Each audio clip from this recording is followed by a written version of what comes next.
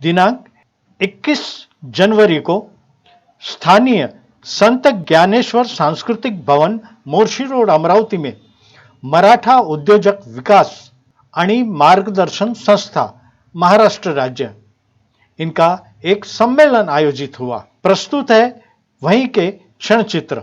समाचार संकलन अशोक भाई जोशी। आणि या अनुषंगाने अमरावतीमध्ये आमची जी नवीन पिढी आहे यांना आपल्याकडनं मार्गदर्शन मिळेल असं अपेक्षित समजतो।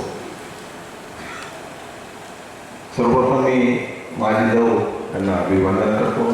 छत्रपती शिवाजी महाराजांना वंदना करतो। राष्ट्रपती तुकडोजी महाराज गाडगे महाराज भाऊसाहेब प्रजापती देशमुख यांना वंदन करतो। विशेष प्रयत्न असो की शाश्वत अन्नदान असो, या सर्व उपक्रमातून कारुण्य आणि ममत्वाची अनोखी छाप समाज मनावर त्यांनी ठेवली।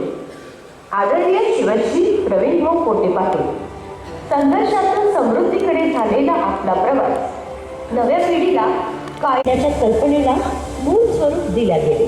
पुढे 1997 मध्ये क्रशर व्यवसाय, ट्रक वाहतूक आणि बांधकाम व्यवसायाची समृद्ध सुरुवात त्यांनी केली।